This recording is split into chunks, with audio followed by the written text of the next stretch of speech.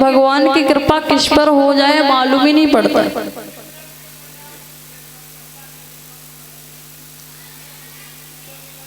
भगवान की कृपा कब किस पर हो जाए इसका कोई पता नहीं है। एक बार क्या हुआ, एक गांव में 4 भाई रहते थे। तो जो सबसे छोटा वाला था बड़ा ही सीधा और सरल स्वभाव का, और बड़े ही सरल स्वभाव का था। काम उसका एक ही था, सुबह से शाम तक जब भी उसे भोजन मिल जाए तो भोजन करना, एक ही काम था। कहो घर में कोई ऐसा है क्या?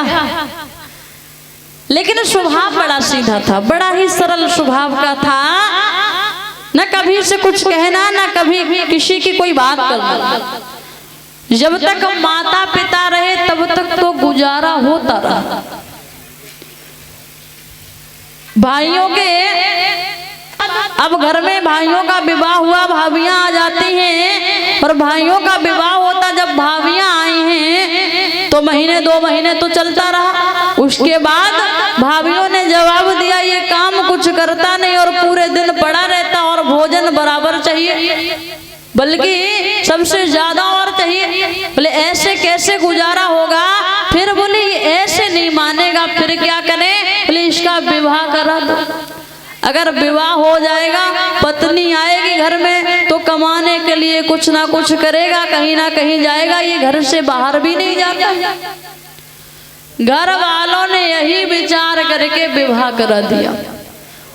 उसका जब विवाह कराया कि ये कमाने के लिए बाहर जाएगा, लेकिन वो कहीं नहीं गया। अब पत्नी भी परेशान, अभी तक तो केवल भाभियां परेशान थी, भाई परेशान थे, पत्नी भी परेशान। धीरे धीरे समय ये व्यतीत होता चला गया, समय के अनुसार बच्चे भी हो गए। अब बच्चे भी परेशान, क्योंकि घर में लाने वाला कोई है नहीं। अब करे तो करे क्या? तो पत्नी ने और बच्चों ने कह दिया बोले इससे बढ़िया कहीं बाहर चले जाओ तो ठीक है, कम से कम ना देखेंगे ना रोज रोज कहेंगे। बेचारा बड़ा परेशान हुआ, उदास होकर के आज घर छोड़ करके चला। घर छोड़ करके जा रहा था, मार्ग में एक मंदिर दिखा। वहां बाहर एक ऋषि बैठे हुए थे, पुजारी जी, तो ठीक ठाक रहे हट्टे कट्टे। तो उससे लगा यहाँ भोजन ठीक मिलता होगा तभी ये ठीक है। बोले क्या करें? उनके पास पहुंचा, प्रणाम किया, बैठ गया। उन्होंने कहा लाला तुम बड़े उदास नजर आ रहे हो, बात क्या है?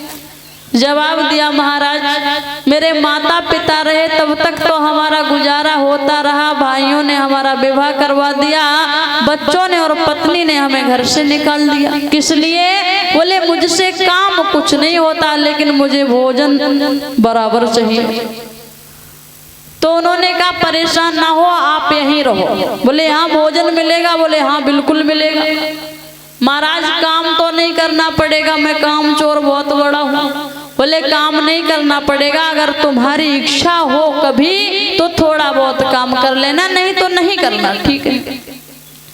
रहने लगा। धीरे धीरे समय व्यतीत हुआ, प्रेम से भोजन करता और पूरे दिन भजन करता। एक दिन उसने देखा, सुबह जब वो जागा तो देखा उसने रसोई घर में ताला पड़ा। पहुंच गया गुरुजी के पास, गुरुजी आज काहे की छुट्टी है? क्यों? आज रसोई घर में ताला पड़ा है, भोजन की व्यवस्था। गुरुजी ने कहा लाला मुझे याद नहीं रहा शाम को बताने के लिए, बेटा आज एकादशी है और आज एकादशी का व्रत है, ऐसा करो आप भी एकादशी का व्रत कर लो। महाराज सबसे कहना, हमसे नहीं कहना। इस एकादशी का अगर व्रत ही करना होता तो यहाँ काहे को आते, तुम्हारे पास में अपने घर पे ही ठीक थे। फिर बोले हमसे नहीं होगा, आप ही व्रत करो। तो उन्होंने कहा फिर क्या करोगे? हमें थोड़ा सा राशन दे दो, स्थान बता दो, हम वहाँ भोजन बना लेंगे। उन्होंने कहा सुनो मैं तुम्हें ये राशन पानी दे रहा हूँ, ले जाओ नदी के उस पार जा करके भोजन बना लेना, और जब भोजन करने के लिए बैठना लाला तो भगवान को भोग जरूर लगा देना। ठीक है, लेकर के पहुंचा। इतना सरल स्वभाव कि जब पहुंचा भोजन बनाया, और भोजन बनाने के बाद में आज जब बैठा है भगवान को भोग लगाने के लिए, तो भगवान को जब भोग लगाने के लिए बैठता है तो भगवान से प्रार्थना करता हुआ बोला है, प्रभु आ जाइए, भोग लगा लीजिए। नेत्र खोले, भगवान नहीं आए। फिर समझा करके बोला,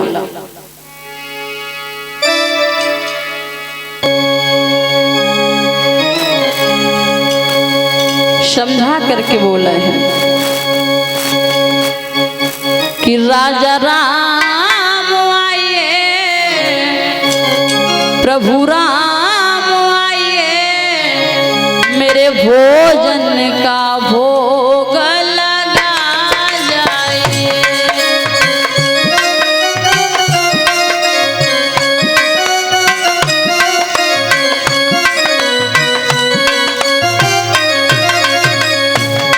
राजा राम आइए, प्रभु राम आइए, मेरे भोजन का भोग लगा जाइए।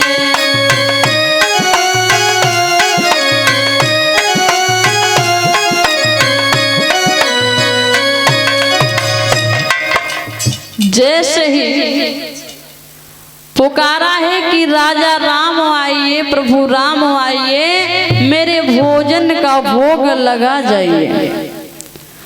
आज भगवान ने करुण भरी पुकार को सुना है, लेकिन फिर भी नहीं चले हैं। और जब नहीं चले, उसने नेत्र खोल के देखे, आ जाओ प्रभु आ जाओ, हमें बहुत तेज भूख लगी। और गुरुजी ने ये भी कह दिया था कि बिना भोग लगाए भोजन नहीं करना।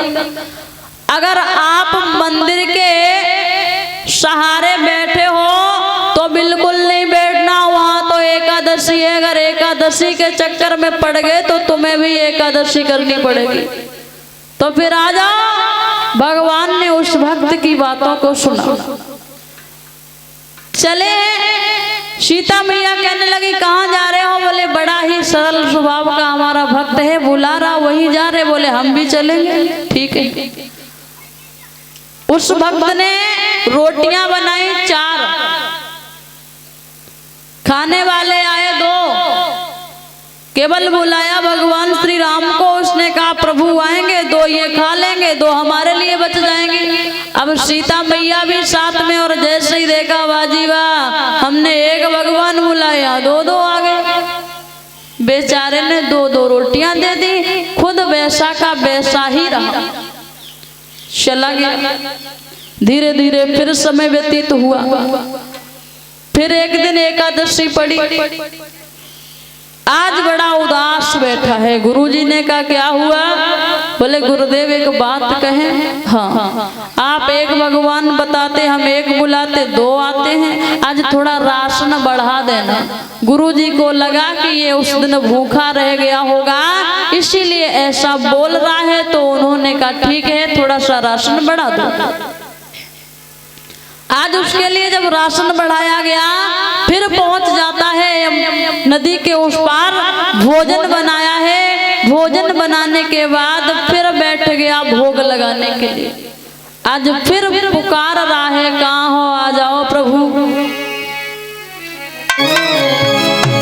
कि राजा राम आइए और सीताराम आइए, मेरे भोजन का भोग लगा जाइए।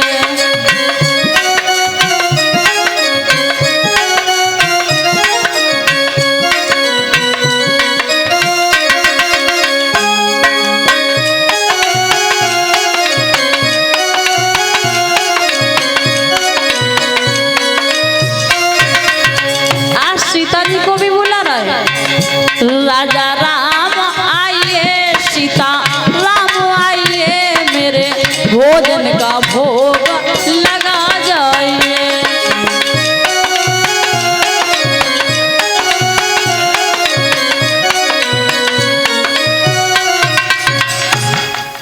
आज जैसे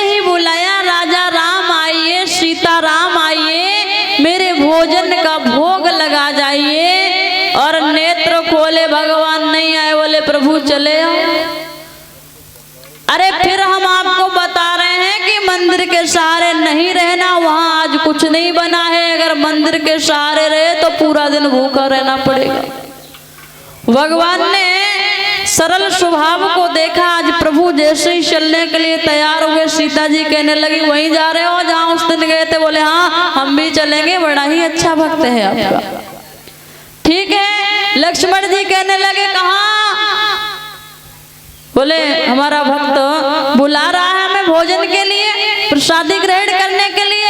बोले भैया आप तो कहते हो बड़ा ही सरल स्वभाव का भक्त है, उस भक्त को देखने के लिए हम भी चलेंगे। ठीक है। आज लक्ष्मण जी भी चल दिए और उसने रोटियां बनाई थी 6। विचार किया 2 राम जी को दे देंगे, 2 सीता जी को दे देंगे, 2 हम ग्रहण कर लेंगे। जैसे ही देखा है कि 1 बुलाते 2 आते, 2 बुलाते 3 आते। कहा प्रभु उस दिन भी मैं भूखा रह गया, तब 1 बुलाए थे 2 आए आप। आज 2 को बुलाया, 6 रोटियां बनाई, सोचा 2 हमको मिल जाएंगी, आप 3 आए हो। तो लक्ष्मण जी घूर घूर करके देखने लगे। बोले ये कौन है? बोले ये भाई है हमारा छोटा। बोले सगे हैं? बोले सौतेले समझ रहे हो, हैं तो सगे। लक्ष्मण जी कहने लगे आप तो कहते बड़े सरल स्वभाव का आपका भक्त है, ये कैसा भक्त है? प्रसादी भी देने में हिचकिचा रहा है। बोले लक्ष्मण चिंता ना करो, देखो तो सही होता क्या है। आज उसने 2-2 रोटियां दे दी, प्रसादी ग्रहण की। भगवान फिर वहां से चले गए। बेचारा फिर वैसा का वैसा ही रह गया। वापस आया, धीरे धीरे समय व्यतीत हुआ। एक दिन फिर एकादशी पड़ी। आज बड़ा परेशान है। गुरुजी बोले कहो लाला क्या बात है? बोले गुरुजी कितने भगवान हैं, क्यों 1 बुलाते 2 आते, 2 बुलाते 3 आते। गुरुजी को लगा अब तो ये झूठ बोल रहा है, इसको पर्याप्त राशन दिया गया तब ये ऐसे बोल रहा है। गुरुजी को लगा ये पक्का राशन ले जा करके कहीं ना कहीं बेचता है। और शिष्य रहे, उनसे कहा थोड़ा बढ़ा के राशन दे दो। अब गुरुजी ने विचार किया आज देखेंगे जरूर हमें ये करता क्या है। उसको राशन दे दिया गया। नदी के उस पार पहुंचा। उसने विचार किया कि जब मैं भोजन बना करके रखता हूं, प्रभु आते हैं किसी ना किसी को साथ में लेकर के, मुझे जब प्रसादी मिलती ही नहीं तो मैं काय को बनाऊं। आज पहले ही बुलाऊंगा, उसके बाद फिर देखता हूं क्या होता है। आज उसने बनाया कुछ नहीं, वैसा ही राशन रख लिया। अब गुरुजी नदी के इस पार से देख रहे हैं, शिष्य नदी के उस पार है। गुरुजी को दिख रहा है ये राशन रखे हुए है, बैठा है, ये कर कुछ रहा नहीं, ये करने वाला क्या है। उसने राशन रख लिया, बनाया कुछ नहीं और बुलाना फिर प्रारंभ कर दिया। आ जाओ प्रभु कहाँ कि राजा राम आइए, सीता राम आइए, संग लक्ष्मण जी को ले आइए।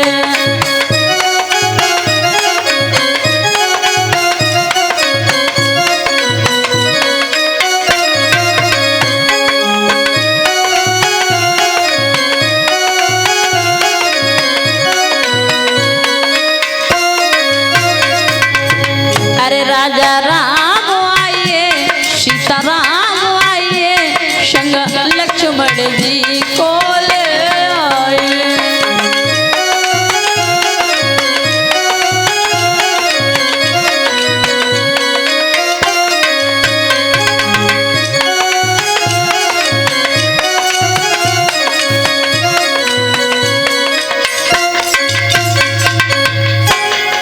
राजा राम आइए, सीता राम आइए, संग लक्ष्मण जी को ले आइए।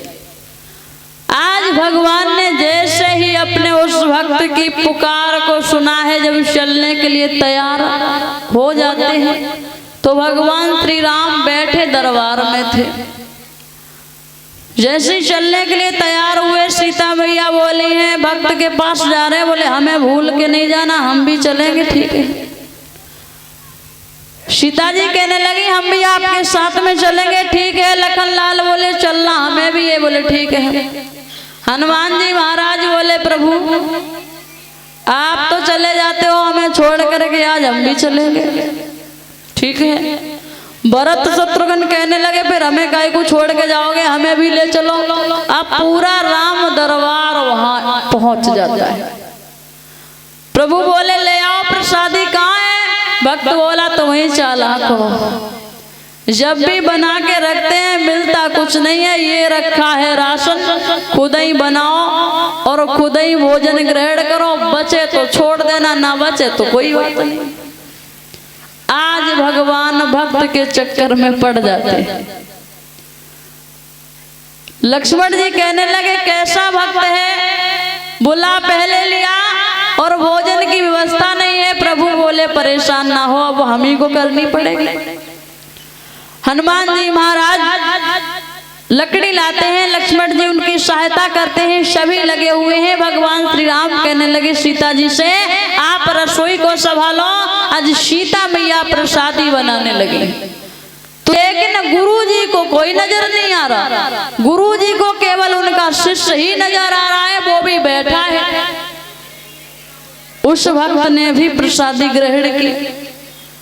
तब तक गुरुजी पास में पहुंच गए। बोले 3 घंटे से हम देख रहे हैं तुम यहाँ बैठे बैठे कर क्या रहे हो। शिष्य ने जवाब दिया हमने कहा था एक भगवान बुलाते, 2 आते, 2 बुलाते, 3 आते, आज तो इन्होंने हद कर दी, पूरा खानदान लिए चले आए। कौन? बोले देखो तो सही। गुरुजी कहते किससे बातें कर रहा, किसको देखो।